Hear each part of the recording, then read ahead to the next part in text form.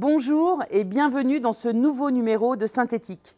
Aujourd'hui, j'ai le plaisir de vous accueillir dans le magnifique Sky Lounge du campus cyber. Le campus cyber, c'est quoi? C'est un lieu voulu par le président de la République pour fédérer l'ensemble des initiatives et les acteurs de la cybersécurité. En effet, face à une menace qui ne cesse d'évoluer, il faut échanger, partager et concevoir les meilleures stratégies pour nous prémunir au mieux. Et pour aborder ensemble ce sujet majeur et parler solutions, j'ai le plaisir aujourd'hui d'être accompagné par Yann Bonnet. Yann, bonjour. Bonjour Florence. Alors Yann, tu es Deputy CEO du campus cyber. Peux-tu nous expliquer en quoi consiste ce lieu et en quoi il peut permettre de mieux faire face aux risques? Eh bien, pour résumer l'ambition du campus cyber, je dirais que l'union fait la force. Qu'on le veuille ou non, nous sommes tous connectés et donc tous concernés par la cybersécurité. Concrètement, quelques chiffres pour prendre la mesure du phénomène. Toutes les 11 secondes, une organisation est victime d'une attaque par rançongiciel dans le monde. Cela représente un coût de 5 500 milliards d'euros de pertes financières. C'est vertigineux.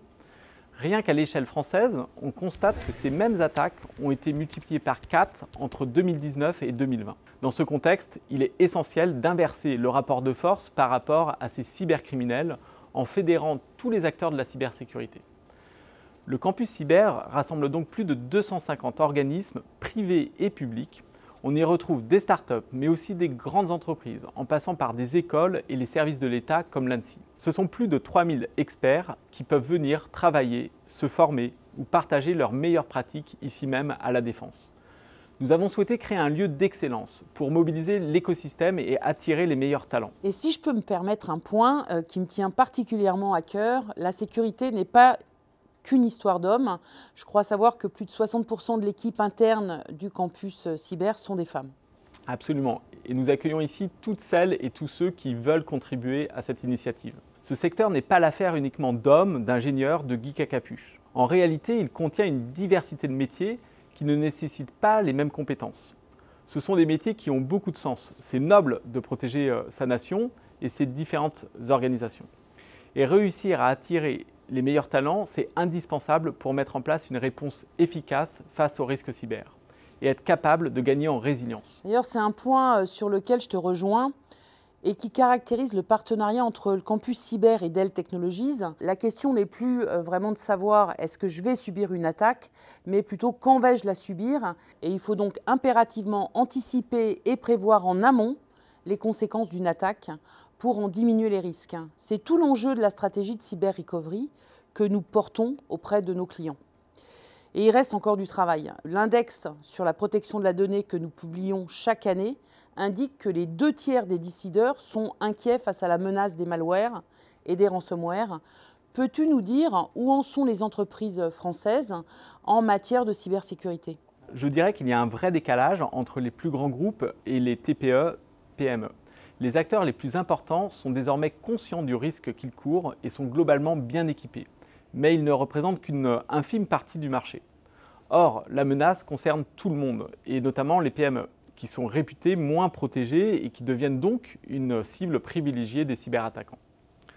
Au passage, les cybermenaces ne se résument pas aux rançongiciels, très visibles pour les perturbations immédiates qu'ils provoquent. Une autre menace pour les entreprises, c'est l'espionnage industriel, beaucoup plus discret, mais dont les conséquences peuvent être tout autant dramatiques. Si vous êtes victime d'une attaque demain, la question à vous poser, c'est combien me coûte une perte de données et combien de temps puis-je survivre à une interruption de service. Mais c'est aussi, aurez-vous la résilience dans votre organisation pour faire face à l'imprévu? Aujourd'hui, le constat fait froid dans le dos. La majorité des petites entreprises qui sont victimes d'un rançongiciel font faillite dans les 6 mois qui suivent. Donc, grandes ou petites, les entreprises françaises ne sont pas du tout égales face aux cyber-risques, mais elles sont toutes exposées. Et je vous engage donc à participer aux travaux du campus cyber et également à ne pas attendre d'être victime d'une attaque pour réagir. Donc il est plus que temps d'interroger vos stratégies de défense, car des solutions existent, quelle que soit votre taille, votre secteur d'activité. Dell Technologies propose aujourd'hui, avec ses partenaires, des services à même de vous aider à limiter votre exposition au risque.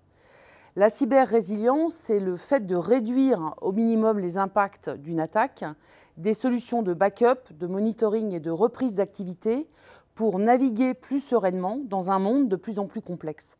Nous sommes à votre disposition pour étudier votre situation et vous proposer des solutions simples et rapides à mettre en œuvre. Il faut comprendre que le rapport coût-bénéfice est considérable. Ensemble, nous devons faire en sorte que pour quelques euros par mois et par poste de travail, une PME puisse maîtriser 90% des cybermenaces. Certaines mesures sont du bon sens. Il faut prévoir le pire, par exemple en sauvegardant les données essentielles sur des backups protégés. La sensibilisation des collaborateurs, leur entraînement aussi lors d'exercices de crise cyber sont autant de petits gestes permettant de gagner en résilience. Merci beaucoup Yann. J'espère que nous vous avons aidé à y voir un petit peu plus clair dans le paysage cyber. Vous avez compris, personne n'est à l'abri de la menace et les idées reçues ont la vie très dure. Plus de 60% des dirigeants pensent encore que s'ils sont victimes d'attaques, ils pourront redémarrer sans problème et pensent même que s'ils paient la rançon, ils vont récupérer leurs données. C'est tout l'inverse. Plus on paye, plus on est ciblé. La première des actions à prendre, c'est de réaliser un audit de votre exposition au risque. Vous serez fixé rapidement et pourrez prendre les mesures les plus adaptées. Poursuivons la conversation en ligne ou avec votre partenaire Dell Technologies. Quant à moi, je vous retrouve très prochainement pour un nouvel épisode de Synthétique. À bientôt. Merci, à bientôt.